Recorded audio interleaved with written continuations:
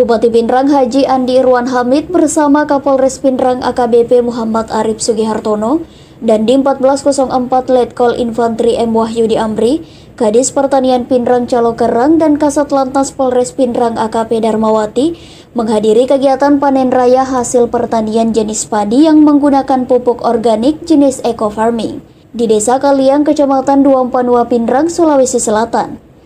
Saat memberikan sambutan, Bupati Pindrang Haji Andi Irwan Hamid sangat mengapresiasi apa yang dilakukan para kelompok tani di Desa Kaliang, Kecamatan Duampanua, Kabupaten Pindrang.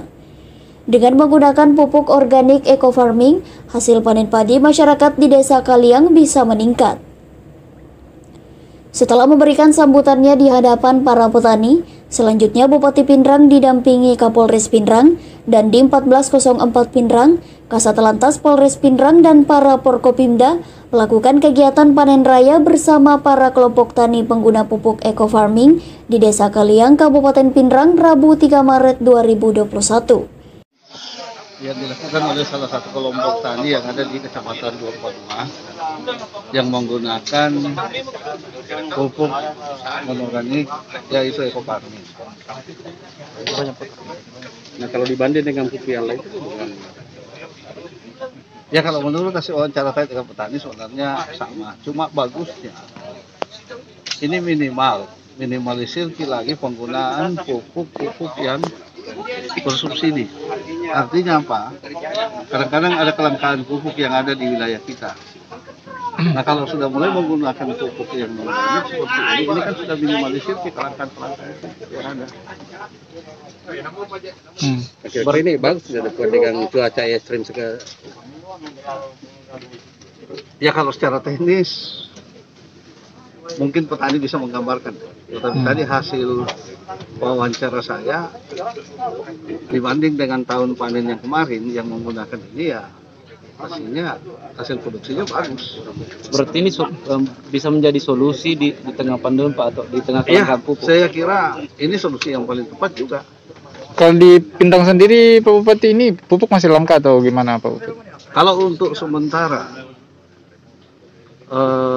kebutuhan pupuk yang subsidi, soalnya kalau kita bicara kuota itu tidak pernah terpenuhi. Kemarin permintaan kita 26.000 ton kalau tidak salah, yang turun cuma 16.000 ton. Tetapi bagaimana caranya kita manage petani, ya tetap juga. Jadi kalau persoalan kelangkaan, saya kira bukan langka, cuma memang kuota kita yang jatahnya kita yang terbatas. Tetapi dengan adanya kartu tani ini, saya kira mudah-mudahan kelangkaan pupuk yang subsidi tidak terlalu seperti lagi dengan tahun-tahun yang kemarin.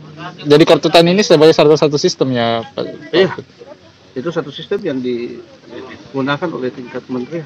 Oke. Tapi di tengah pandemi ini, bagaimana dengan stok beras di Kabupaten Pindrang sendiri, Pak? Cukup. Ya? Ini ada Kepala Dinas Ketahanan Pangan.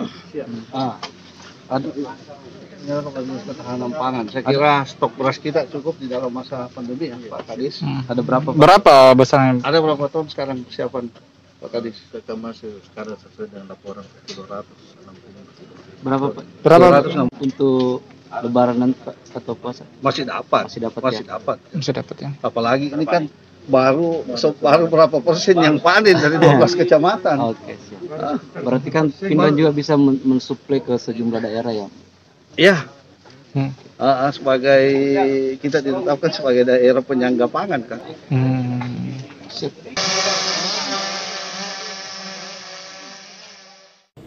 Usai melaksanakan kegiatan panen raya bersama para kelompok tani pengguna pupuk organik eco farming, Bupati Pindrang melanjutkan kegiatan dengan mengunjungi lokasi penggilingan hasil panen di pabrik penggilingan padi dan uji coba beras hasil panen padi menggunakan pupuk eco farming.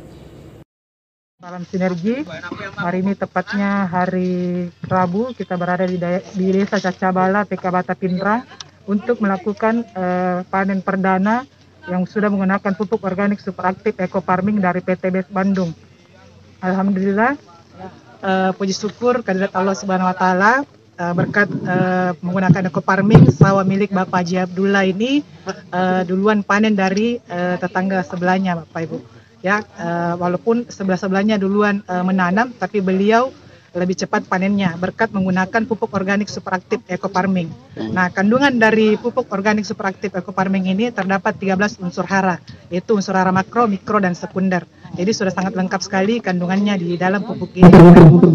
Nah, ini juga fungsinya untuk meningkatkan hasil panen, meningkatkan unsur hara tanah, sekaligus mempercepat panen dan meningkatkan hasil produksi panen kita, Bapak Ibu. Ya, itu sangat biasanya dengan menggunakan eco farming. Dan ini juga pupuk yang ramah lingkungan karena dia organik, jadi sangat aman sekali buat kesehatan kita nantinya.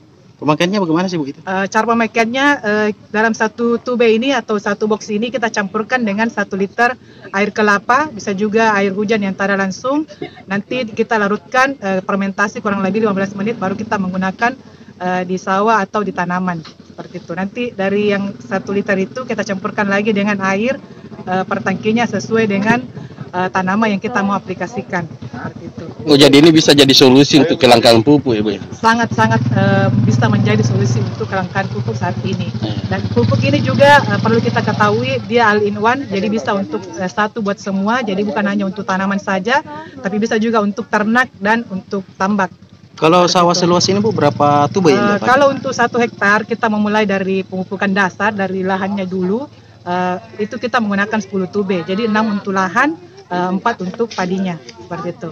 Karena kenapa kita menggunakan untuk lahan? Karena supaya lahannya subur dan unsur haranya kembali lagi.